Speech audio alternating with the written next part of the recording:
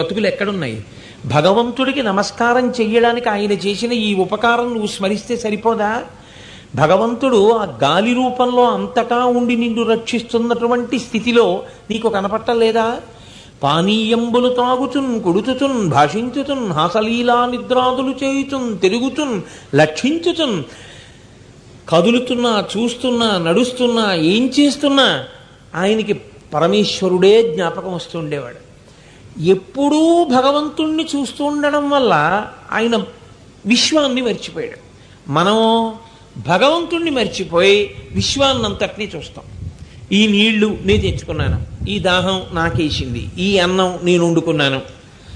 ఆయన అన్నిటా ఈశ్వరుణ్ణి చూస్తే మనం అన్నిటా కేవలముగా లౌకికమైనటువంటి భోగోపకరణాన్ని మాత్రమే మనం చూడగలం. ఇలా ఎవరు చూస్తాడో వాడు హిరణ్యకశిపుడు. అలా అన్నింట్లోనూ భగవంతుణ్ణి ఎవరు చూస్తాడో వాడే ప్రహ్లాదుడు. కాబట్టి ప్రహ్లాదుడు అంటే ఎప్పుడో ఒక్కప్పుడే ఉన్నవాడని మీరు అనుకోకండి. అంతటా భగవంతుణ్ణి చూడగలిగిన ప్రతివాడు ప్రహ్లాదుడే. భగవంతుడేముందండి, అంతా నేనే అనేటటువంటి వాడు ఎవడున్నాడో వాడు ఎప్పుడూ హిరణ్యకశిపుడే. కాబట్టి వాళ్ళిద్దరి మధ్య వివాదం ఎప్పుడూ నడుస్తూనే ఉండేది. ఇలా నడవగా నడవగా నడవగా నడవగా ఆఖరికి చాలా కోపం వచ్చింది. సరే, ప్రహ్లాదోపాఖ్యానం మీకు తెలుసు. ఒక స్థాయిలో గద్దించి అడిగాడు. సరే, ఉన్నాడు ఉన్నాడని నువ్వు అంటున్నావు, లేడు లేడని నేను అంటున్నాను. ఉన్నాడని నువ్వు అంటున్నావు కదా, ఉన్నాడన్నవాడు ఎక్కడున్నాడో నాకు చెప్పు, నేను వాడిని సంహరిస్తాను, చంపేస్తాను పరమేశ్వరుణ్ణి. ఇది హిరణ్యకశిపుడి యొక్క ఉద్ధతి. ప్రహ్లాదుడు అన్నాడు, మళ్ళీ అదే తప్పు మాట అడుగుతున్నావు. ఎక్కడున్నాడంటే ఏమిటి? ఎక్కడ ఆయన లేని ప్రదేశం లేదు. ఇందుకలడందులేడని సందేహము వలదు చక్రి సర్వోపగతుండు ఎందెందు వెదకి చూచినా అందందే కలడు ధనవగ్రని వింటే. ఇక్కడున్నాడా అక్కడున్నాడా అంటే నానా, అసలు ఈశ్వరుడు లేని ప్రదేశము లేదు. ఆయన అంతటా లోపల బయట ఆయన నిండిపోయి ఉన్నాడు. నీకు చూడగలిగిన కన్నుంటే పరమేశ్వరుడు అంతటా ఉన్నాడు. ఈ మాట అంటే హిరణ్యకశిపుడికి కోపం వచ్చింది. కోపం వచ్చి ఆయన అన్నాడు, అంతటా ఉన్నాడంటున్నావు కదా, నేను ఏది చూపిస్తే అందులో ఈశ్వరుడు ఉంటాడా? నిస్సందేహంగా ఉంటాడన్నాడు. ఇప్పుడు మీరు చాలా జాగ్రత్తగా గమనించాలి. నరసింహోపాఖ్యానంలో వచ్చినటువంటి పెద్ద ఇబ్బంది ఏమిటో తెలుసా అండి? భగవంతుడికి ఇబ్బంది హిరణ్యకశిపుడి వైపు నుంచి రాలేదు. భగవంతుడికి ఇబ్బంది ప్రహ్లాదుడి వైపు నుంచి వచ్చింది. తనని నమ్ముకున్న భక్తుడు అంటున్నాడు, నాన్నగారండి మీరు ఏది చూపించి అందులో ఈశ్వరుడు ఉన్నాడా అని అడుగుతారో అక్కడంతా ఈశ్వరుడు ఉన్నాడంటున్నాడు. అయితే నేను ఇలా చూపుడు వేలు చూపించి దేని మీద ఆపుతానో అందులో ఈశ్వరుణ్ణి చూపించగలవా అని హిరణ్యకశిపుడు అంటున్నాడు. చూపించగలను అంటున్నాడు ప్రహ్లాదుడు. అంతటా ఉన్నాడు అంటున్నాడు. ఇప్పుడు ప్రహ్లాదుడు చెప్పినటువంటి మాట నిజం చెయ్యవలసినటువంటి బాధ్యత పరమేశ్వరుడి మీద ఉంది. ఎందుకని? ఇప్పుడు ఆయన రాలేదనుకోండి, భగవంతుడి మాటే భక్తుడి మాట వీగిపోయింది అనుకోండి, ఇంకా భగవంతుడు ఉన్నాడని నమ్మేవాళ్ళు ఎవరు? కాబట్టి ఇప్పుడు హిరణ్యకశిపుడి యొక్క చూపుడు వేలు ఎక్కడ ఆగిందో అక్కడి నుంచి భగవంతుడు రావాలి. అలా వచ్చేటప్పుడు ఒక చమత్కారం ఉంది. అలా ఆయన బయటికి వచ్చేటప్పుడు ఆయన ఏదో ఒక రూపంతో అలా బయటకు వచ్చేస్తే సరిపోదు. ఎందుకని? ఆయన వరాలు అడిగాడు. నేను ఇంట్లో చచ్చిపోకూడదు, వీధిలో చచ్చిపోకూడదు, జంతువు చేతిలో చచ్చిపోకూడదు, నరుడి చేతిలో చచ్చిపోకూడదు, బ్రతికున్న దాని చేతిలో చచ్చిపోకూడదు, చనిపోయిన దానిలో చేతిలో చచ్చిపోకూడదు, అస్త్రంతో చచ్చిపోకూడదు, శస్త్రంతో చచ్చిపోకూడదు, ఆకాశంలో చచ్చిపోకూడదు, భూమి మీద చచ్చిపోకూడదు. ఇన్ని వరాలు ఉన్నాయి. ఇన్ని వరాలకి మినహాయింపుతోటి అతను కోరని రూపం ఎలా ఉంటుందో ఆ రూపంతో అతని వేలు ఎక్కడాగితే అక్కడి నుంచి రావాలి. అతని వేలు ఎక్కడ ఆగుతుందో ఎలా తెలుసు హిరణ్యకశిపుడిది? ఇలా తిప్పి ఎక్కడైనా చూపించవచ్చు. అందుకని నరసింహావతారంలో ఒక పెద్ద చమత్కారం ఒకటి జరిగిపోయింది. ఎంత పెద్ద చమత్కారం జరిగిందంటే, అసలు నిజానికి ఆవిర్భవించినటువంటి నరసింహస్వామి యొక్క అవతారం స్తంభంలోంచి రావడం కాదు, ఈ సమస్త జగత్తంతా కలిపి ఒక సింహం కింద మారిపోయింది. ఎందుకని అంటే హిరణ్యకశిపుని యొక్క వేలు ఎక్కడాగితే అక్కడి నుంచి బయటికి రావాలి. అందుకని హరి సర్వాకృతులంకలండనుచు ప్రహ్లాదుండు భాషింప సత్వరుడై ఎందును లేడు లేడనుచు దైత్యుండు తర్జింప శ్రీనరసింహాకృతి దాల్చనచ్యుతుడు నానాజంగమస్థావరోత్కర గర్భంబుల అన్ని దీశముల నుద్దండ ప్రభావంబునన్నారు. ఉన్నాడంటాడు కొడుకు, లేడంటాడు తండ్రి. ఇప్పుడు ఈ వేలు ఎక్కడాగుతుందో అక్కడి నుంచి బయటికొచ్చి భగవంతుడు ఉన్నాడన్న మాట నిజం చెయ్యడం కోసమని తనని నమ్ముకున్నటువంటి భక్తుడి మాట నిజం చెయ్యాలి. కాబట్టి హిరణ్యకశిపుడి వేలు ఎక్కడాగుతుందో తెలియదు. కాబట్టి జంగమ స్థావరములన్నిటా కూడా ఈ బ్రహ్మాండమంతా కలిపి ఒక పెద్ద నరసింహం కింద మారిపోయాడు ఆయన. హిరణ్యకశిపుడు ఒక స్తంభాన్ని చూపించి ఇందులో ఉన్నాడా అన్నాడు. ఉన్నాడు. ఆయన అరిచెయ్యి పెట్టి కొట్టాడు. కొట్టడం ఏమిటి, ఆ స్తంభంలోంచి ఒక పెద్ద కాంతి ఒకటి వచ్చింది. నిప్పు రవ్వలు పడుతుంటే ఎలా ఉంటుందో నిప్పు రవ్వలు పడ్డట్టుగా పడింది. ముందు విస్ఫుకణంబులు అన్నారు పోతన గారు. నిప్పు రవ్వలు పడి అందులోంచి ఆయన కళ్ళు బైర్లు కమ్మేటట్టుగా పాలసముద్రపు తరగలు ఎలా ఉంటాయో అటువంటి పెద్ద పెద్ద జూలుతో అనేకమైన బాహువులతో శంఖము చక్రము గద పద్మము తోమరము కత్తి మొదలైనటువంటి అనేకమైన ఆయుధాలు పట్టుకొని సన్నటి నడువుతో, నడువుకు పెట్టుకున్నటువంటి వడ్డాణంతో, పాదాలకు పెట్టుకున్నటువంటి అందెలతో, వాటికి మోగుతున్నటువంటి చిరుగంటలతో, తీవ్రమైనటువంటి రూపంతో, పెద్ద పెద్ద కోరలతో ఒక్కసారి స్తంభంలోంచి పైకొచ్చాడు. ఇంతమంది హడిలిపోయినా హిరణ్యకశిపుడు మాత్రం గుర్తుపట్టాడు. ఓహో, నేను ఎన్ని వరాలు అడిగానో అన్ని వరాలకి మినహాయింపుగా వచ్చాడు. అందుకే చేతి గోళ్ళు అలా ఉన్నాయి.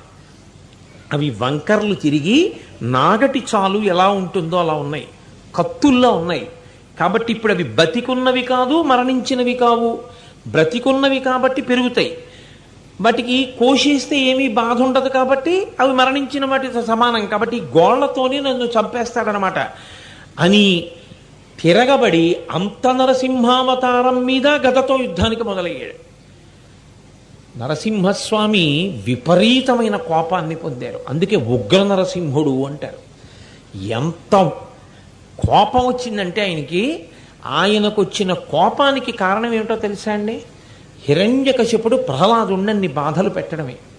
భక్తుడైన వాడి జోలికి వెళ్ళాడు కాబట్టి అపారమైనటువంటి కోపాన్ని పొంది పుట్టలోంచి పైకొచ్చి వెళ్ళిపోతున్నటువంటి నాగుపాముకు ఎదురుగుండా ఎలక పరిగెత్తిందనుకోండి, అలా పరిగెడుతున్నటువంటి ఎలకని నాగుపాము ఒక్కసారి పడగ పైకెత్తి కొట్టి పట్టుకుని పైకెత్తితే ఎలా ఉంటుందో అలా ఒక్కసారి తన చేతులతో పట్టి పైకెత్తి అతని కిరీటం జారి కింద పడిపోతుండగా ఇంట్లో కాదు బయట కాదు గడప మీద కూర్చుని పైన కాదు కింద కాదు తొడల మీద పడుకోబెట్టుకుని మనిషి కాదు మృగం కాదు కింద మనిషి పైన సింహం నరసింహంగా మరణించినవి కావు బ్రతికున్నవి కావు గోళ్లతో పొట్ట చీల్చి నెత్తురు త్రాగి ఆ కండరములన్నీ గోళ్లతో ముక్కలు కింద తింపేసి ఆ ప్రేగులు తీసి మెడలో వేసేసుకుని ఆ ఎర్రటి జూలుతో ఉన్నటువంటి నరసింహావతారం లేచి గర్జన చేస్తుంటే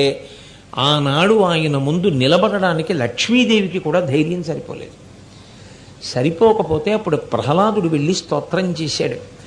అందరూ భయపడతారేమో కానీ నీ రూపాన్ని చూసి నాకేం భయం లేదు. ఇంతకన్నా భయంకరమైనది ఒకటి నాకు తెలుసు. నువ్వే పెద్ద భయంకరంగా ఉన్నాను అనుకుంటున్నావేమో, సంసారం నీకన్నా భయంకరంగా ఉంటుంది. అందుకని ఈశ్వరా, నువ్వు సంసారము నుండి పైకెత్తేవాడివి కాబట్టి నువ్వంటే నాకు భయం ఎందుకన్నాడు. ప్రహ్లాదుని యొక్క స్తోత్రానికి పొంగిపోయినటువంటి నరసింహస్వామి ప్రహ్లాదుణ్ణి తొడ మీద కూర్చోబెట్టుకున్నారు. ఈ నరసింహావతారం ఆంధ్రదేశంలో అనేక చోట్ల పూజలు అందుకుంటోంది. నరసింహస్వామి వారి అవతారానికి ఒక ప్రత్యేకత ఉన్నది. ఏమిటా ప్రత్యేకత అంటే ప్రదోష వేళలో, అంటే చీకటి పడుతూ ఇంకా పగటి వేళ పూర్తవుతుండగా ప్రదోష వేళలో ఒక్క శివాలయానికే వెడతాం మనం. ఎందుకంటే 33 కోట్ల మంది దేవతలు కూడా పరమశివ సన్నిధానానికి చేరుకుంటారు. అందుకని యథార్థమునకు శాస్త్రంలో ప్రదోష వేళలో ఇంకా ఏ దేవాలయానికి వెళ్ళకూడదు. ప్రదోష వేళలో ఒక్క శివాలయంలోకే వెళ్ళాలి. దేవతలందరూ తమ తమ స్థానములు ఖాళీ చేసి కైలాసంలో ఉంటారు శివసన్నిధిలో. నేను అసుర సంధ్య వేళలో ఒక్క శివ సన్నిధానంలోనే దర్శనాలు. కానీ మినహాయింపు ప్రదోష వేళలో నరసింహస్వామి వారి దేవాలయాన్ని కూడా దర్శనం చేయొచ్చు. నరసింహస్వామి వారి దర్శనం కూడా శివదర్శనంతో సమానమే. అంత గొప్ప దర్శనం అది. అటువంటి నరసింహస్వామి మనకి చాలా దగ్గరలో ఉన్నటువంటి సింహాచల క్షేత్రంలో వెలిచారు. ఈ సింహాచల క్షేత్రంలో ఆయన వెలియడానికి ఒక పూర్వగాథ ఉంది. హిరణ్యకశిపుడు ప్రహ్లాదుడిని ఎల్లైనా చంపాలని కోరిక. ఎలాగైనా చంపాలని రాక్షసుల్ని పిలిచి కత్తులతో పొడవమన్నాడు, శూలాలతో పొడవమన్నాడు, గదలతో మొత్తమన్నాడు, ఏనుగులతో తొక్కించమన్నాడు, భూమిలో పాతిపెట్టమన్నాడు, ఆభిచారిక హోమాలు చేయించమన్నాడు, విషాహారం పెట్టించమన్నాడు, సముద్ర మధ్యంలో తీసుకెళ్లి తల పట్టుకుని గట్టిగా నీళ్లలో ముంచేయమన్నాడు, పిల్లవాడిని సముద్రంలో పెట్టి అతని మీద పర్వతాన్ని పెట్టేసేంటి, దాని కింద ఉండిపోయి చచ్చిపోతాడన్నాడు.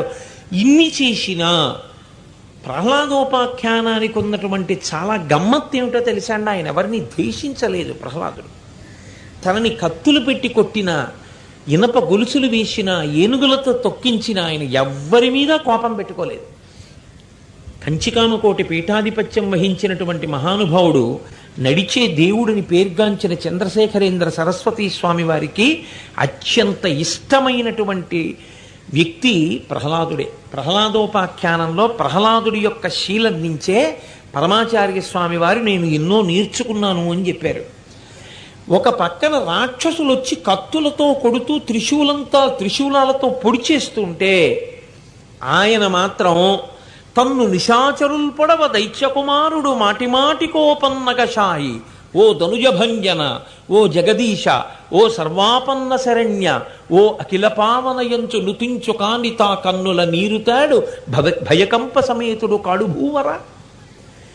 ప్రహ్లాదుడికి అంతటా శ్రీమన్నారాయణుడే కనపడేవాడు. ఏనుగుని తొక్కించడానికి తీసుకొస్తే ఏనుగులో నారాయణుడి చూసేవాడు. కత్తి పెట్టి పొడుస్తుంటే కత్తిలో నారాయణుడు కనపడేవాడు, పొడుస్తున్న వాడిలో నారాయణుడు కనపడేవాడు.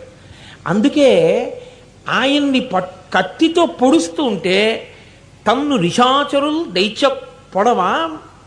దైత్యకుమారుడు మాటిమాటికి ఓ పన్నగశాయి, ఓ ధనుజభంజన, ఓ జగదీశ, ఓ సర్వాపన్న శరణ్య అని భగవంతుణ్ణి పిలిచేవాడు తప్ప ఎక్కడా భయపడ్డం కానీ బాధపడ్డం కానీ ఏమీ ఉండేవి కావు. అసలు అన్నిటికన్నా విచిత్రం ఏమిటో తెలుసా అండి? ప్రహ్లాదోపాఖ్యానంలో మనం అలా వెళ్ళిపోతున్నాం అనుకోండి, పక్కనే గడ్డి తింటున్నటువంటి గేది ఇలా అందనుకోండి, ఎక్కడ మనకి తగులుతుందో అని వెంటనే ఇలా అంటాం మనం. మనకి తెలియకుండానే చేతులు అడ్డొస్తాయి. కానీ చాలా ఆశ్చర్యం ఏమిటంటే ప్రహ్లాదుడి విషయంలో ఆయనని ఇంత బాధ పెడుతుంటే బాహువులొడ్డాడు, బంధురాజిలో దూరడు, ఘోరకృత్యమని దూరడు తండ్రిని, మిత్రవర్గముంజీరడు, మాతృవర్గము వసించు సువర్ణ సౌధంబులోని కిందారడు, తాపమునందడు, కోపగింపడు, కంటగింపడు. ఆయన దగ్గరికి వెళ్ళి ఇంత బాధ పెడుతుంటే కనీసంలో కనీసం ఆయన ఇలా చేతులు అడ్డు పెట్టుకునేవాడు కాదు. నాన్నగారండి ఇదేమిటండి, నేను మీ కొడుకుని కదా, ఇదేమిటండి ఇంత బాధ పెడుతున్నారు అనేవాడు కాదు. చిరునవ్వు ముఖంలోంచి చెరిగిపోయేది కాదు. పరిగెత్తుకుంటూ స్నేహితుల దగ్గరికి వెళ్ళి వాళ్ళని పట్టుకుని వాళ్ళ చాటును దాక్కునేవాడు కాదు. బంధువుల ఇంటికి పారిపోయేవాడు కాదు. పక్కనే స్వర్ణసౌధంలో అమ్మగారు ఉంటే లీలావతి దగ్గరికి వెళ్ళి అమ్మ నాన్నగారు నన్ను ఇంత ఇబ్బంది పెడుతున్నారమ్మా అని చెప్పేవాడు కాదు. నవ్వుతూ ఉండేవాడు. ఆయన ఎప్పుడూ పరమేశ్వరుణ్ణి అంత నమ్ముకుని అంతటా ఈశ్వరుణ్ణే చూస్తూ ఉండేవాడు. 5 ఏళ్ల పిల్లవాడు. ఆ స్థితి రావడానికి కారణం లీలావతి గర్భంలో ఉండగా అమ్మ నారదుని యొక్క ఉపదేశాన్ని అంత శ్రద్ధతో వినడం. అంటే ప్రహ్లాదుడు లాంటి కొడుకు, శంకరాచార్యుల వారి లాంటి కొడుకు పుట్టాలని కోరుకున్నటువంటి స్త్రీ భగవత్ సంబంధమైనటువంటి కథలను గర్భిణి అయి ఉండగా శ్రద్ధతో వినవలసి ఉంటుంది. ఒకప్పుడు హిరణ్యకశిపుడు ఏం చేశాడంటే ఈ పిల్లవాడు ఏం చేసినా చచ్చిపోవట్లేదని బెంగపెట్టుకున్నాడు. ఏం చేసినా పిల్లవాడు బతకడేమో అని బెంగపెట్టుకుంటాడు తండ్రి ఎక్కడైనా. హిరణ్యకశిపుడు బెంగపెట్టుకున్నది ఏమిటంటే ఏం చేసినా కొడుకు చచ్చిపోవట్లేదని. అందుకని ఆయన అన్నాడు, ఈ పిల్లవాడిని తీసుకెళ్ళి సముద్రంలో ముంచి పైకి లేవకుండా వీడి మీద ఓ పర్వతం పెట్టేసేయండి అన్నాడు. అంటే రాక్షసులు పెద్ద పర్వతాన్ని తీసుకొస్తున్నారు, కింద ప్రహ్లాదుణ్ణి తీసుకొస్తున్నారు. సముద్రంలోకి తీసుకెళ్లి ప్రహ్లాదుణ్ణి ముంచేశారు. ముంచేసి ఆయన మీద పర్వతాన్ని పెడుతున్నారు. పెడుతుంటే ఆయన ఎంతో సంతోషంగా ఈ సముద్ర జలాలు కూడా ఆయనే పరమేశ్వరుడని శ్రీహరి శ్రీహరి అని పిలిచాడు. అయ్యో నా భక్తుడు ఎక్కడ కందిపోతాడోనని శ్రీమన్నారాయణుడు గరుత్మంతుణ్ణి అధిరోహించి గబగబా వచ్చి, చూడండి పిల్లవాడి కంట్లో ఏదైనా పడిపోతుందేమో అంటే మనం బలంగా ఉఫ్ అని ఊదేసినట్టు ఏదో ఎగురుతూ వచ్చి పిల్లాడి కంట్లో పెడుతోంది అనుకోండి, ఉఫ్ అని ఊదేస్తాం కళ్ళల్లో పడకుండా. అలా శ్రీమన్నారాయణుడు రాక్షసుల చేతిలో ఉన్నటువంటి పర్వతాన్ని ఉఫ్ అని ఊదాడు. ఊదితే ఆ పర్వతం వెళ్ళి విశాఖపట్నం, విశాఖ సముద్రం, విశాఖ సముద్రనామం, ఆ సముద్రంలో ప్రహ్లాదుణ్ణి ముంచారు.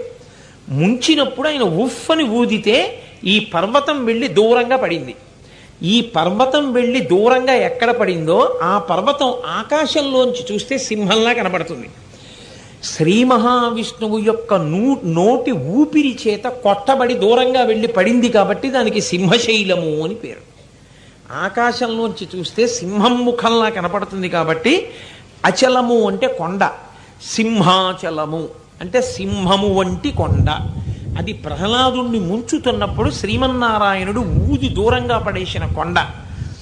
విశాఖ సముద్రము, సముద్రంలో నొక్కి పెట్టిన పిల్లవాణ్ణి ఆయన పైకి ఎత్తాడు. పైకెత్తితే ఎంతో సంతోషించి ప్రార్థన చేశాడు ప్రహ్లాదుడు. ప్రార్థన చేస్తే ఆయన అన్నాడు, ఇప్పుడు నీకు నేను ఏ రూపంతో కనపడ్డానో అదే రూపంతో రాబో కాలంలో నీ తండ్రి అయినటువంటి హిరణ్యకశిపుణ్ణి సంహారం చేస్తాను. నీ తండ్రి హిరణ్యకశిపుణ్ణి సంహారం చేసిన తరువాత నువ్వు రాజ్యం ఏలుతావు. నువ్వు హాయిగా కొడుకుల్ని మనవల్ని చూసిన తరువాత వానప్రస్థానికి వచ్చినప్పుడు సింహాచల క్షేత్రానికి వచ్చి నా దగ్గర ఉండి ప్రతిరోజు నన్ను సేవిస్తుండు. అప్పటి వరకు నేను సింహాచలంలో ఒక పుట్టలో ఇలాగే ఉంటానని సింహాచల క్షేత్రమునందు వరాహ నరసింహ స్వరూపంగా శ్రీమన్నారాయణుడు స్వయంభువుగా ఆవిర్భవించాడు. చాలా కాలం అయిపోయింది. చాలా కాలం అయిపోయిన తర్వాత ప్రహ్లాదుడు వానప్రస్థాశ్రమ స్వీకారం చేసిన తర్వాత సింహాచలం పర్వతం మీదకు వచ్చి ప్రతిరోజు నరసింహస్వామి వారిని చక్కగా పూజ చేస్తూ ఉండేవాడు. అక్కడ ఉండేటటువంటి ప్రకృతి, ఆ అందం, ఆ కొండ, ఆ తోటలు, ఆ సంపంగి పూలు, ఆ మల్లెపూలు, జాజి తీగలు, నరసింహస్వామి, ప్రహ్లాదుడి యొక్క పూజ, ఇవన్నీ చూసి 33 కోట్ల మంది దేవతలు, అప్సరసలు, పరమశివుడు, చతుర్ముఖ బ్రహ్మగారు, నదులు అన్నీ ఆ పర్వతం దగ్గరికి వచ్చాయి. ఒకనాడు చైత్రశుద్ధ ఏకాదశి నాడు వచ్చాయి. అందుకే కళ్యాణం. చైత్రశుద్ధ ఏకాదశి నాడు వచ్చి అక్కడ ఉన్నటువంటి పరిసరాల్ని చూసి ఒక్క పరమేశ్వరుడే శివుడుగా ఉంటాడు, ఆ పరమేశ్వరుడే విష్ణువుగా ఉంటాడు. శివుడిగా పూజలు అందుకుంటే విష్ణువు క్షేత్రపాలకుడు, విష్ణువుగా పూజలు అందుకుంటే శివుడు క్షేత్రపాలకుడు. అంతేకాని శివకేశవుల మధ్య భేదం ఏమీ ఉండదు. కాబట్టి పరమశివుడు అన్నాడు, ఈ క్షేత్రమునకు నేను పరిపాలకుడిగా ఉంటాను అని స్వయంభువుగా అక్కడ పరమశివుడు వెలిశాడు. అందుకే ఆ కింద త్రిపురాంతక స్వామి అన్న పేరుతో శివాలయం ఉంటుంది. పరమశివుడు ఇక్కడ వెలిశాడు కాబట్టి గంగా, యమున, సరస్వతి ముగ్గురం ఇక్కడ మేము గంగధార అనే పేరుతో వెలుస్తాము. ఈ జలాలతో స్వామివారికి ప్రతిరోజు పూజాది కార్యక్రమాలు చెయ్యాలి అని నదులు అడిగి ఇప్పటికీ అందుకే గంగధార అని అందులో స్నానం చేస్తారు. ఆ పక్కనే వీరభద్రస్వామి దేవాలయం, ఆంజనేయ స్వామి దేవాలయం ఉంటాయి.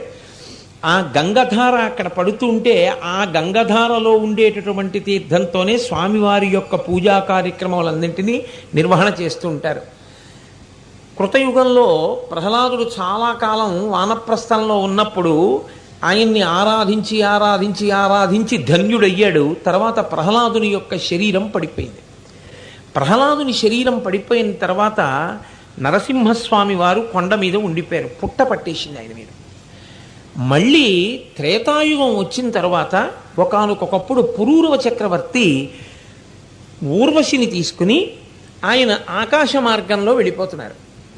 ఆకాశ మార్గంలో పుష్పక విమానంలో వెడుతుండగా సింహాచలం కొండ మీదకు వచ్చిన తర్వాత ఇంకా విమానం కదలలేదు.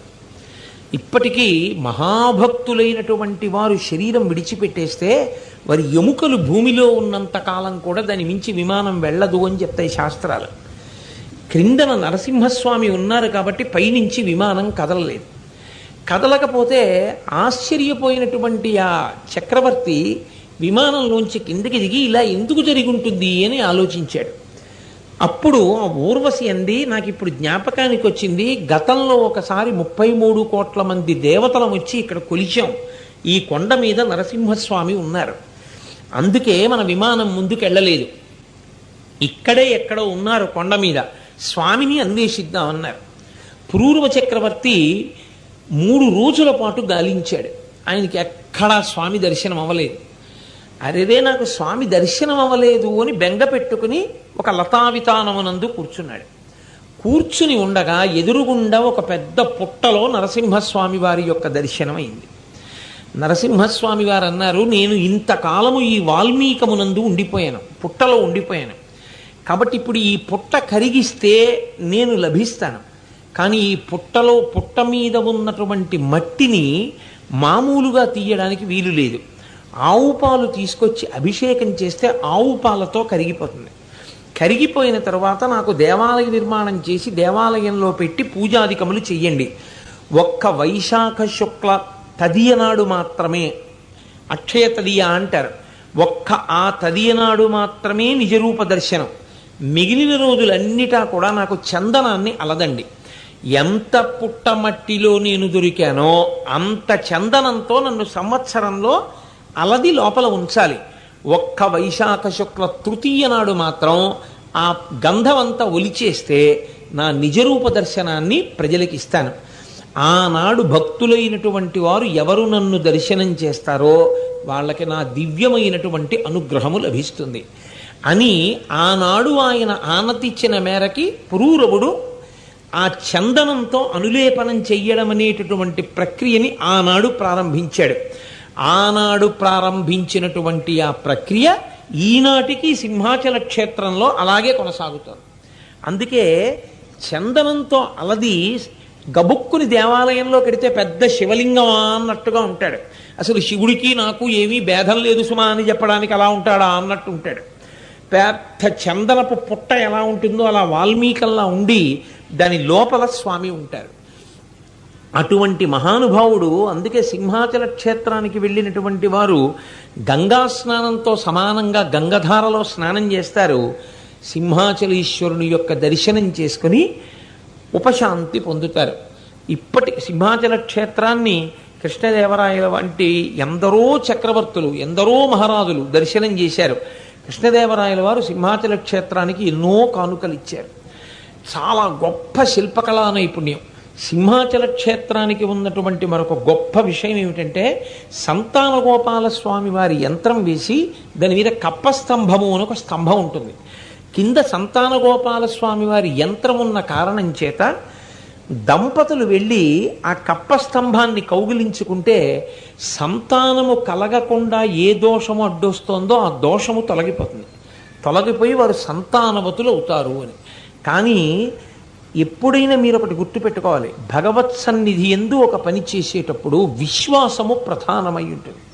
ఇలా జరుగుతుందా అండి అని అనుమానిస్తూ చేసిన పనికి ఈశ్వరానుగ్రహం కలగదు, కలిగి తీరుతుంది అని విశ్వసించి ఎవడు చేశాడో వాడికి మాత్రమే ఈశ్వరానుగ్రహం కలుగుతుంది. కాబట్టి కప్పస్తంభాన్ని కౌగిలించుకోవడం సంతానకారకం అవుతుంది. అక్కడ ఇంత గొప్ప క్షేత్రమై సింహాచల క్షేత్రం వెలిసింది. సింహాచల క్షేత్రంలో యథార్థమునకు కనపడినటువంటి స్వరూపం, అందుకే వరాహ నరసింహస్వామి అంటారు. హిరణ్యాక్షుణ్ణి చంపినప్పుడు ఉన్నటువంటి వరాహస్వరూపం, హిరణ్య కశిపుణ్ణి సంహరించినప్పుడు వచ్చినటువంటి నరసింహస్వరూపం రెండూ కలిపి ఉంటాయి అక్కడ. అందుకే వరాహ నరసింహస్వామి అంటారు. దానికి అప్ప అన్న పేరు కలుపుతారు.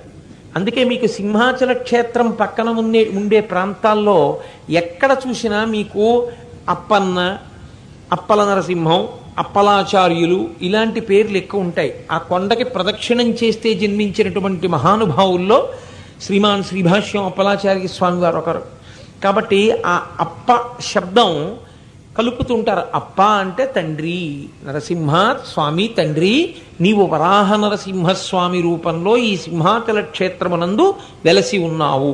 దానికి గిరి ప్రదక్షిణ ఉంది. అరుణాచలానికి శ్రీకాళహస్తికి ఎలా ఉందో సింహాచల క్షేత్రానికి కూడా కొండ చుట్టూ ప్రదక్షిణం చేస్తారు. అలా ప్రదక్షిణం చేస్తే తప్పకుండా నరసింహస్వామి కోరికలను తీరుస్తాడు అని. నరసింహస్వామి వారి దర్శనం చేత ప్రత్యేకంగా 2 ప్రయోజనములు నెరవేరుతాయి. తెలిసి కాని తెలియక కాని నరసింహస్వామి వారి దర్శనం చేస్తే ఒకటి అపమృత్యు దోషం పోతుంది. ఆయన కాలదండమునకు కాలదండము వంటివాడు. అందుచేత ఏమీ ఇబ్బంది ఉండదు. హరి ఓం. అయ్యా మీరు పాపం ఆయన ఇబ్బంది పడుతున్నాడు, మీరు ఎవ్వరు ఎందుకు పట్టించుకోరు? ఆ కెమెరాకి అడ్డొస్తే అతను ఏం రికార్డ్ చేసుకుంటాడు? వాళ్ళకేమో తెలీదు, అడ్డంగా తిరుగుతున్నారు. అతనేమో ఎంత ఇబ్బంది పడుతున్నాడు. నువ్వు ఇక్కడ ఉండండి సుబ్రహ్మణ్యం గారు, ఇట్లా ఎవరిని రానివ్వకండి, ఇక్కడ ఉండండి. సత్యనారాయణ నువ్వు అక్కడ ఉండు. అతనేమో ఇబ్బంది పడుతున్నాడు, వాళ్ళేమో అలాగే తిరుగుతారు. ఇదే రోడ్డా మధ్యలో తిరగడానికి? కూర్చుని వెళ్ళలేరేంటి? అక్కడ కూర్చున్నారు, అక్కడ ఇక్కడికే వచ్చి కూర్చోవాలి ఎదురుగుండాను. హరి ఓం.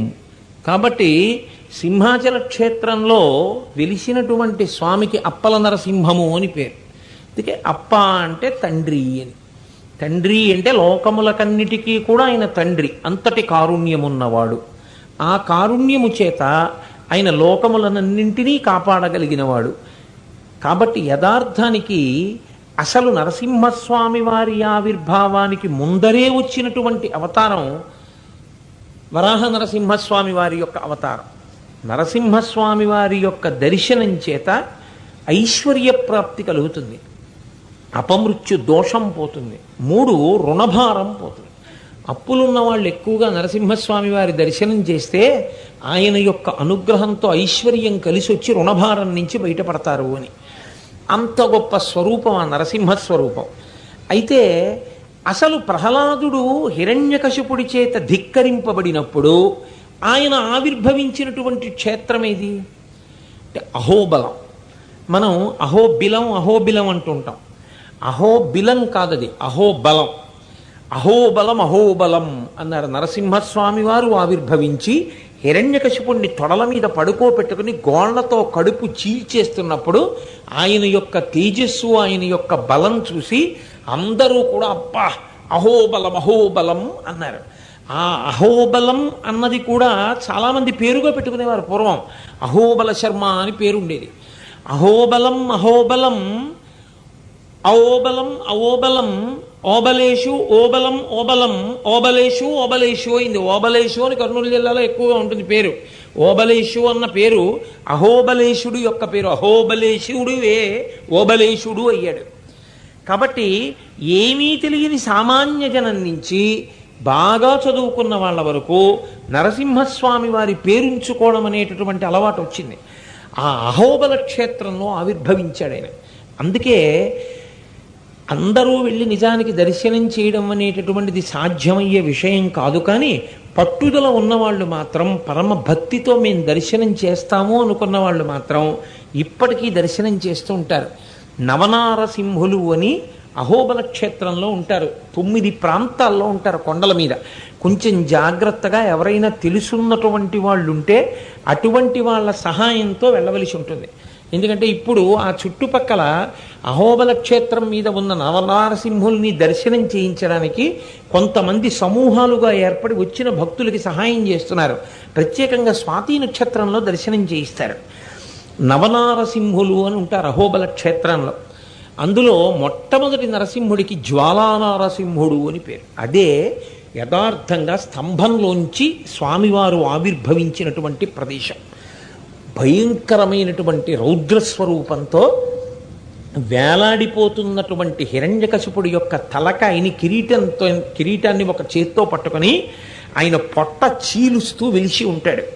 ఆయన ఏ స్తంభంలోంచి బయటికి వచ్చాడో ఆ స్తంభమే ఇప్పటికీ అక్కడ ఎదురుగుండా ఉంటుంది. ఆ ఉన్నటువంటి కొండని జ్వాలానారసింహుడు అని పిలుస్తారు.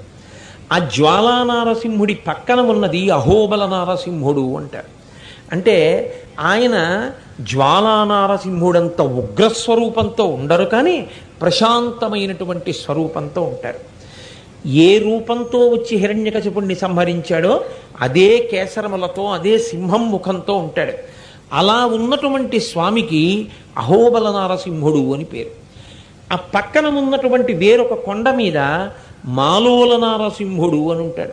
మా అంటే లక్ష్మీదేవి, లోల అంటే ఆవిడికి వశవర్తి.